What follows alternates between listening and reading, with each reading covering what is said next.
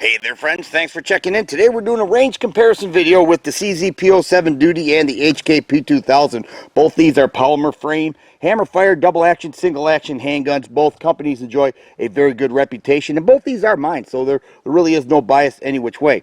I'll start out by saying that the Cz is approximately $200 less than the HK. That's something we're going to have to decide today, whether it's worth it or not, because this averages right between $400 and $450, and this is anywhere upward of $600 plus. So right away we see less money here. Let's see if it's worth it, and we'll start out with the Cz. This one here is Cerakoted in OD green. Does have a polished barrel, does have some grip tape on there. Other than that, it's a standard Cz. They also make the P07 now has additional back straps. This one does not. But the magazine release is right there. It's a thumb. It is not ambi, and the magazine itself holds 16 rounds. I can only seem to get 15 in there. Not bad magazine capacity at all. Not heavy texturing on the grip. You do get a nice firm feel to it. Full 3 fingers on the grip itself. The decocker is right there, so we'll go ahead and charge it. The single action is right around 4 pounds, and already mentioned the decocker right there. Very easy to manipulate. I do like that texturing there when gripping the gun like that, and it does have a full 1913 rail. A lot of people like the low bore access of CZs, and that is definitely a nice feature, and I like the way it kind of bevels in toward the muzzle right there. The sights on the CZ, not bad at all. Does have the goalpost kind of sights with the dot.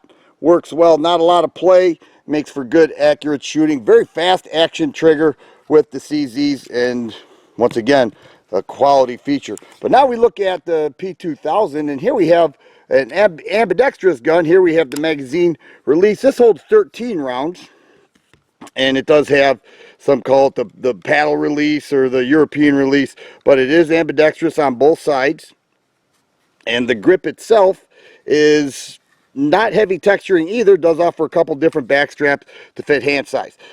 Definitely a nice feel to it.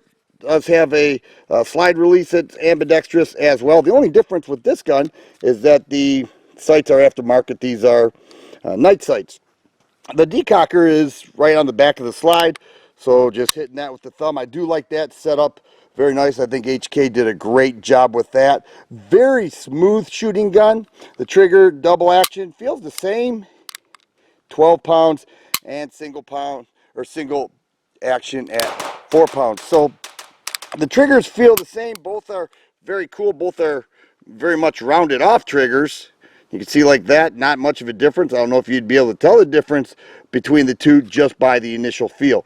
The HK does have a accessory rail here for your lights and lasers. Not quite the 1913 rail the CZ offers, but when shooting this gun, it really feels comfortable. So let's do that right now.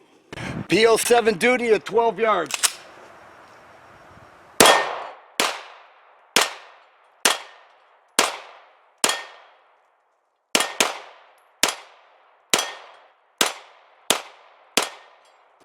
P2000 at 12 yards.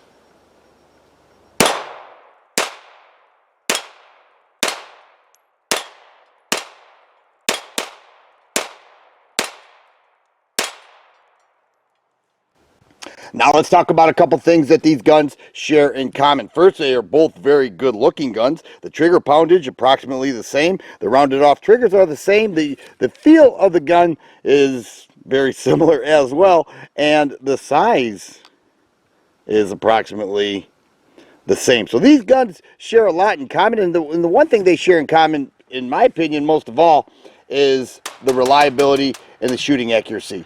Both are a pleasure to shoot. I could choose any of these, either of these at any time, and be very satisfied with the result. These guns disassemble very similar. Each need the slide pulled back to a certain point to pop out the slide stop pin. One thing I will mention though is that the HK does have their guide rod and recoil spring look like that, and what happens is that locks in the barrel, keeps things nice and tight internally.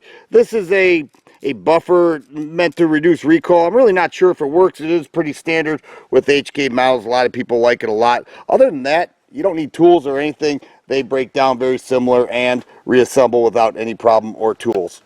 These are both quality guns. Both are excellent shooters, very reliable and accurate, and I'm proud to have them both in my collection. But if I had to choose one, and money was an issue, because we already said this is quite a bit cheaper, I'm taking the CZ. I just find that for the $200 or more additional, that it's just, you're not getting what you can get out of the CZ for right around 450 bucks. That's just my opinion, and I'm sticking with it. If you like videos like this, please subscribe and share. I always appreciate the thumbs up button. Thanks for watching, and you guys be safe.